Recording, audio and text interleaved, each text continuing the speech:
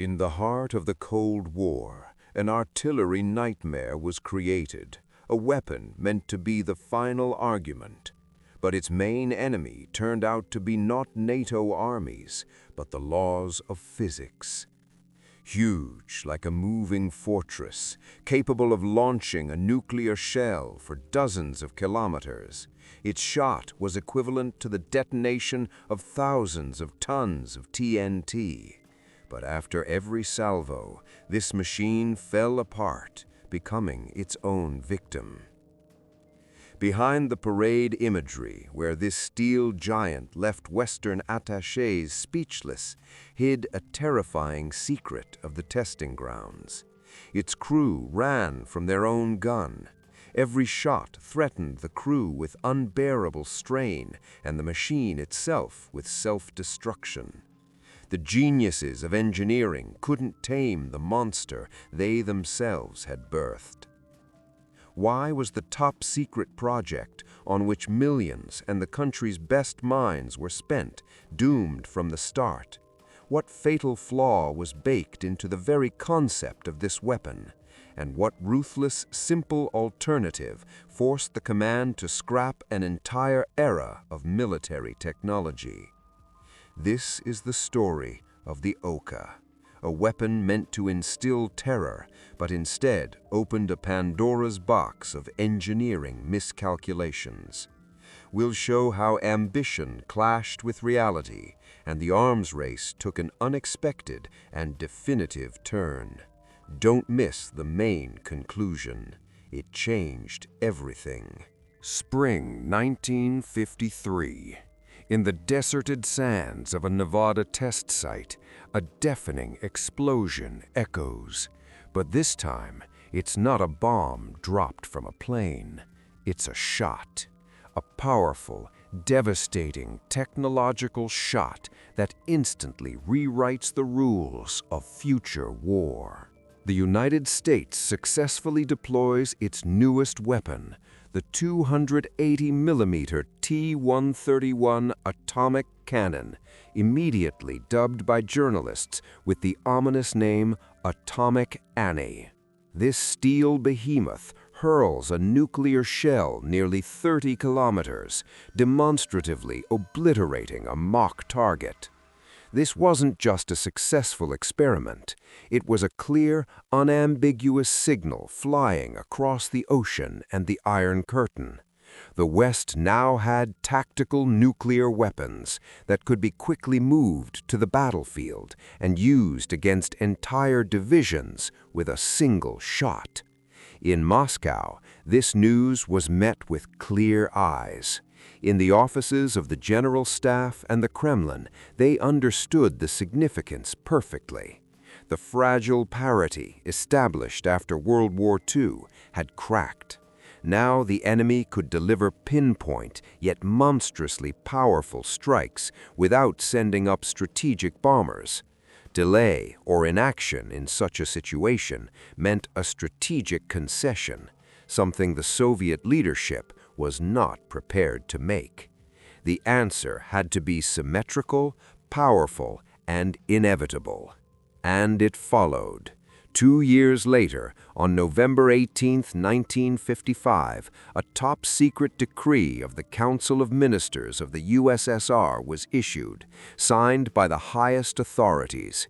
Its essence was bold and ambitious: to create their own self-propelled artillery system of colossal power, surpassing the American counterpart, capable of firing nuclear munitions.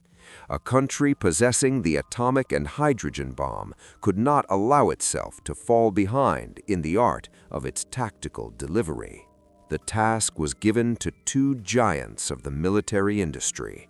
The artillery part was entrusted to the Kolomna Special Design Bureau under Boris Shavirin, and the creation of the super-strong chassis to the engineers of the Leningrad Kirov plant.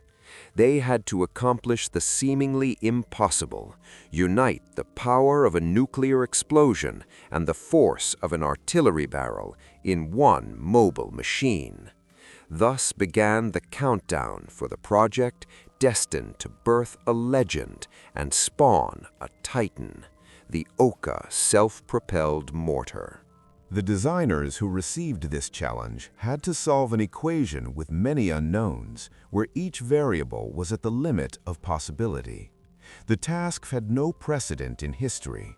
They needed to create not just a new gun, but a fundamentally new class of weaponry, a mobile, self-propelled, yet cyclopic artillery system capable of hurling nuclear munitions to tactical depth.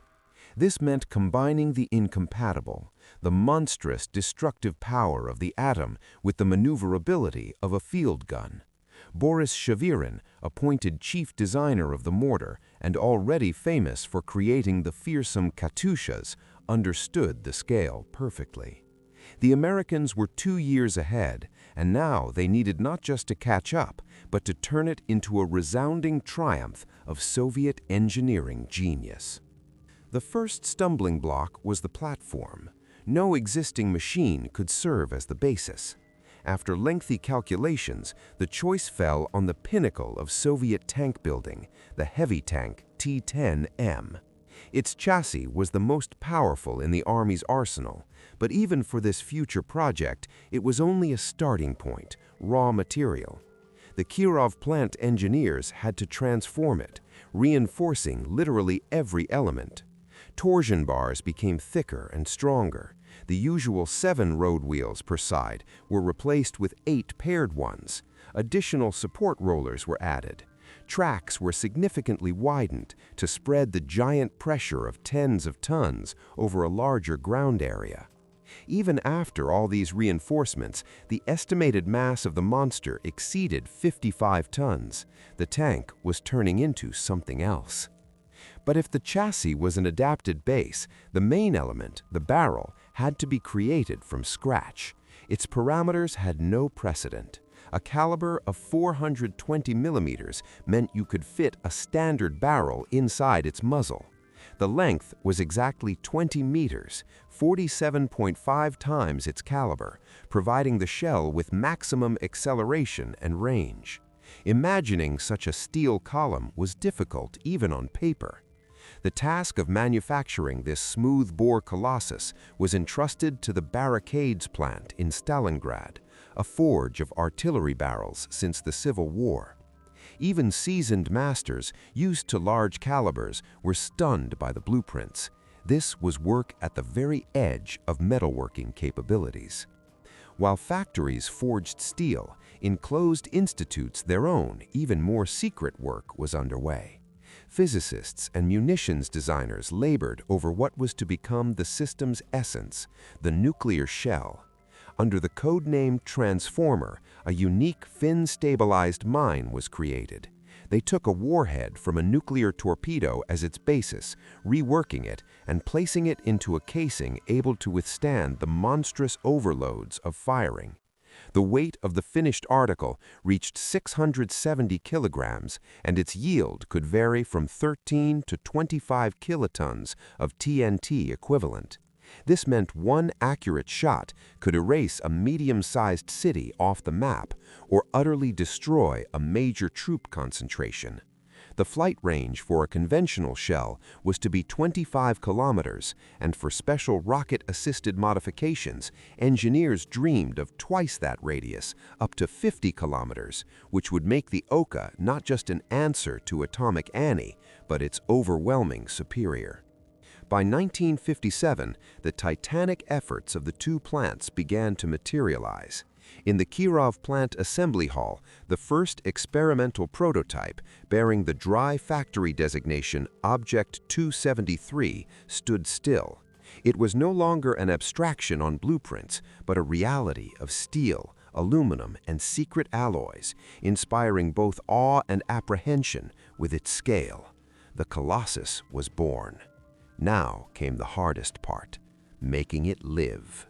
Testing at the secret proving ground revealed a harsh reality before which even the boldest calculations retreated. The first test shots with conventional, non-nuclear shells unleashed a torrent of problems on the designers, the scale of which surpassed the most pessimistic forecasts.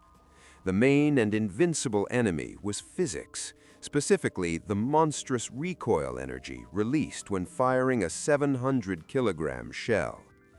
The engineers initially knew that classic recoil mechanisms, hydraulic or pneumatic, were useless for such power. They took a radical step, abandoning them altogether.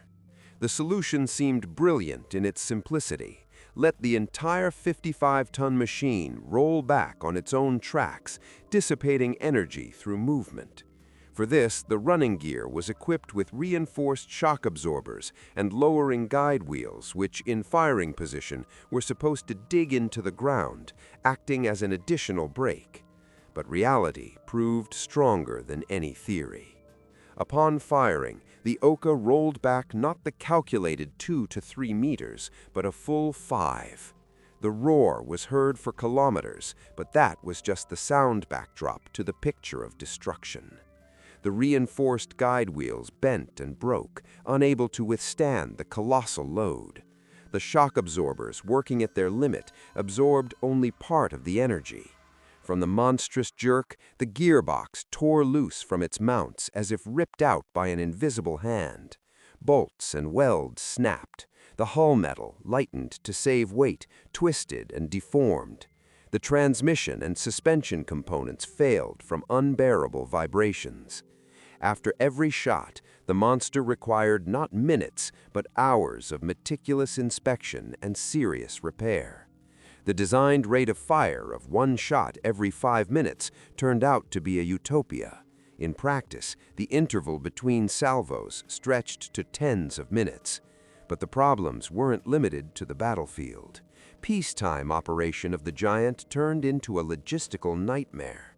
The machine's 3-meter width didn't fit standard railway dimensions, making its transportation across the country an incredibly complex operation. The 20-meter barrel snagged on everything during transport, and many bridges simply couldn't bear its weight. Its operational range was minuscule, and its cross-country mobility on soft ground was low. With every test, it became clearer they had created not a weapon, but a fragile, unwieldy, and self-destructing steel titan that became its own first victim. Despite the catastrophic test results and the growing mountain of unsolved problems, a political decision matured in the highest echelons of power. Technical difficulties were to give way to the necessity of a loud demonstration of strength. And on November 7, 1957, the 40th anniversary of the revolution, Moscow presented the world with a sensation prepared in utmost secrecy. Among the familiar columns of T-54 tanks and self-propelled guns, 2 incredible, almost surreal machines began moving across Red Square with a heavy, measured rumble of tracks. On the right, the 2A3 condensator self-propelled gun with its massive short barrel. On the left, the giant silhouette of the Oka. It was she who captured all eyes. Her 20-meter, incredibly long and thin barrel, elevated at an angle towards the sky, towered over all the armored vehicles like a factory smokestack or a cathedral spire suddenly granted the ability to move.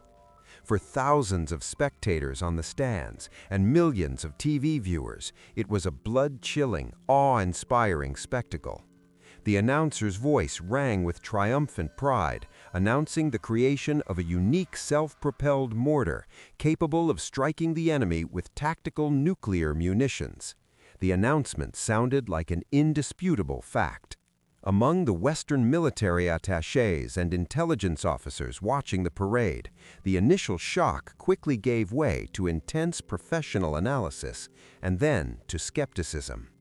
Many experienced artillerymen and engineers refused to believe in the functionality of what they saw. The dimensions, especially the barrel length, seemed absurd for a mobile system.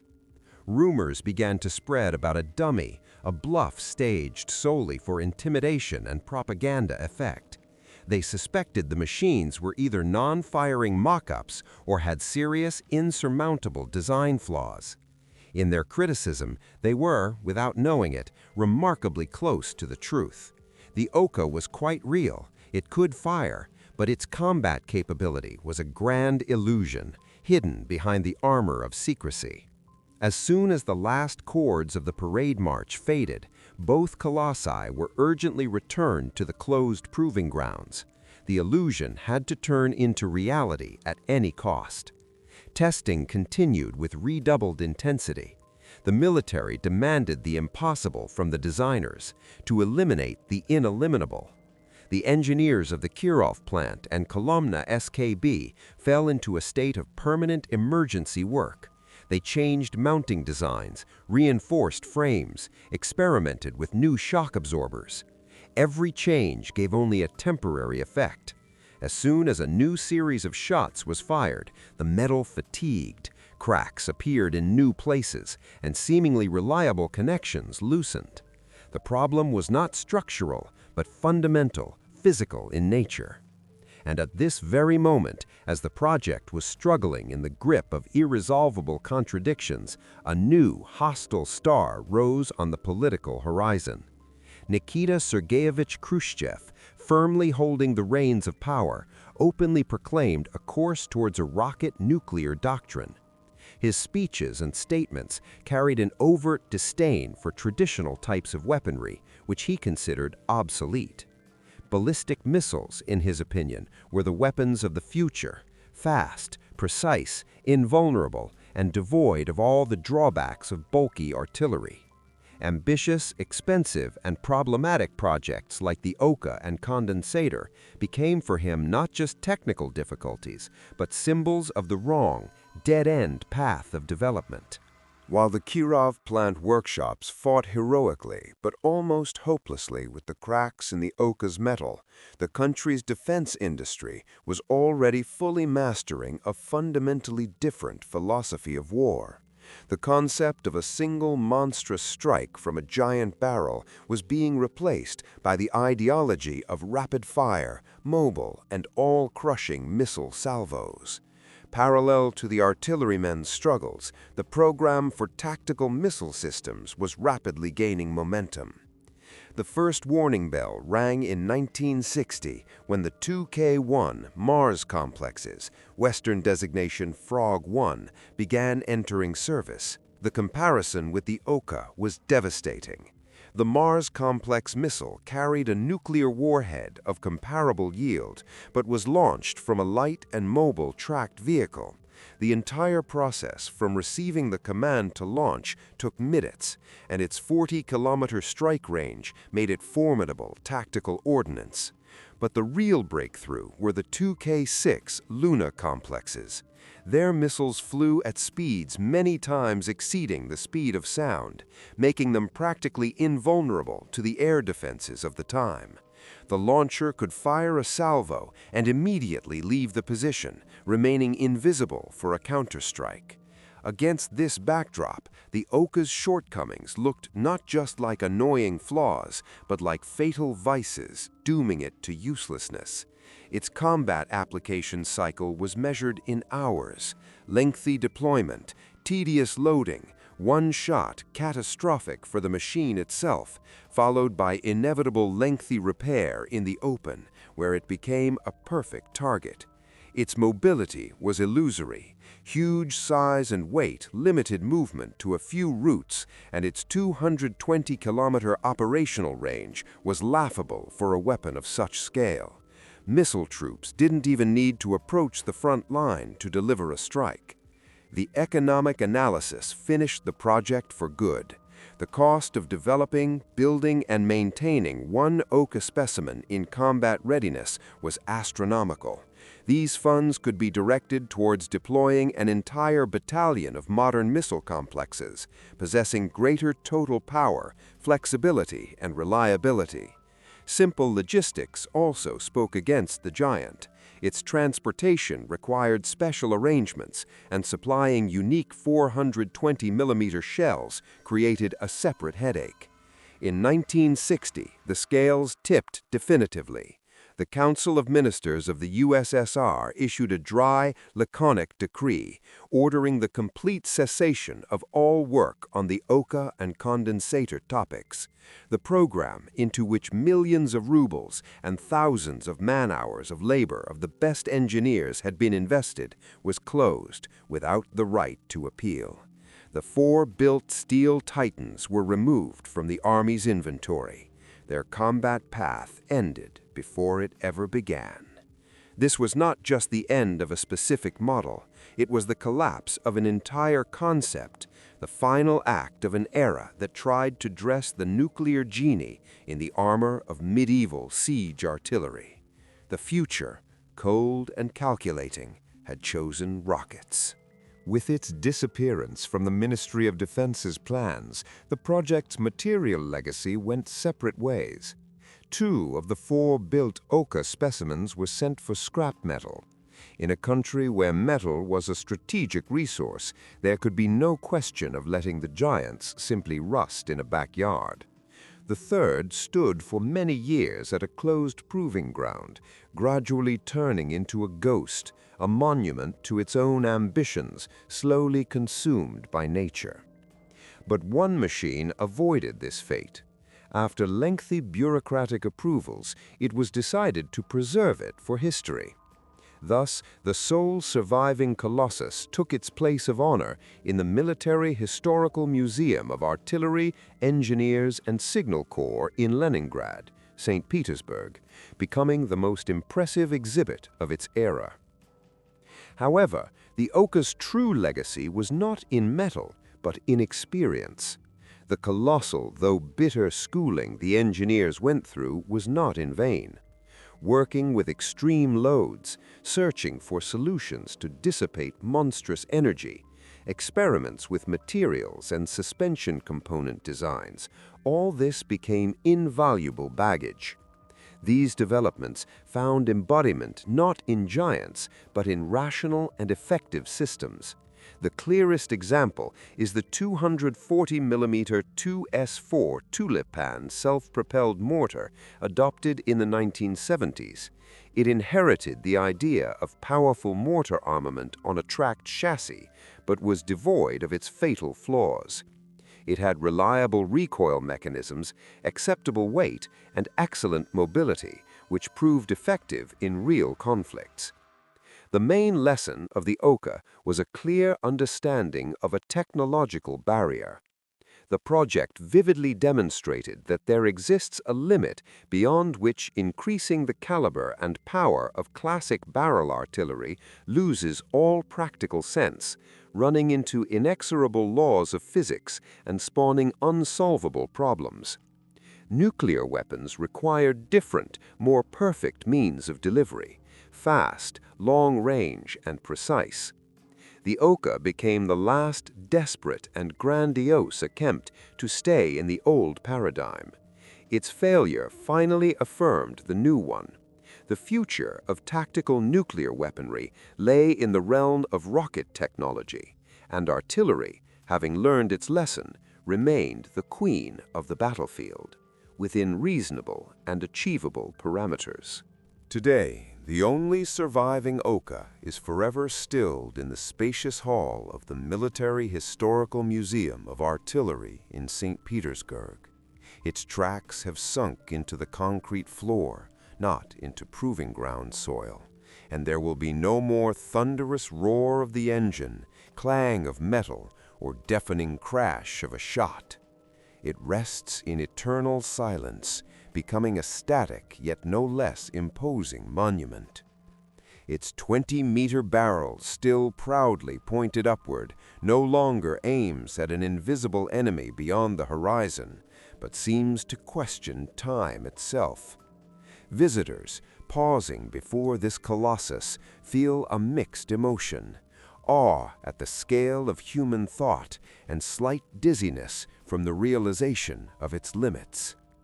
Nearby, as silent testimony to its purpose, lies a massive mock-up of the 420mm transformer mine, making clear the monstrous power that was meant to leave this barrel. This steel giant in the museum is not just a relic, it is a symbol of an entire philosophy, the final period in an evolutionary branch of military technology.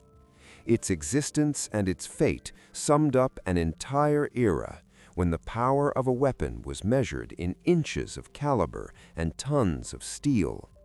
The Oka became the swan song of gigantism in artillery, the culmination of a path that ran into the immovable wall of physical laws. Its history vividly proved that in the new nuclear era, tactical supremacy is achieved not by the one who creates the biggest gun, but by the one who finds the fastest, most accurate, and invulnerable means of delivery. Its quiet failure at the proving grounds loudly heralded the unconditional victory of the rocket paradigm. However, it would be a profound mistake to consider this project a useless waste of resources and time. In the grand laboratory of history, the Oka played the role of a decisive, though negative, experiment. It was a necessary, giant step to the side that allowed with all certainty and understanding where not to go. It focused the efforts of thousands of brilliant minds on the problems of extreme loads, the mobility of super-heavy systems, and material strength limits. The bitter but invaluable experience gained during its creation did not vanish. It was reworked, comprehended, and transformed into engineering solutions for other, more practical and successful weapon systems, from heavy mortars to new chassis. Thus, the Oka will forever remain in the annals not as a curiosity or a failure, but as a majestic and tragic landmark. It marks the moment of a great technological turn, the culmination of a search that ultimately led to the rejection of brute force in favor of speed, from monolithic bulk in favor of elegant complexity. It is a monument not only to engineering daring, but also to the wisdom capable of recognizing a dead end and choosing a new path.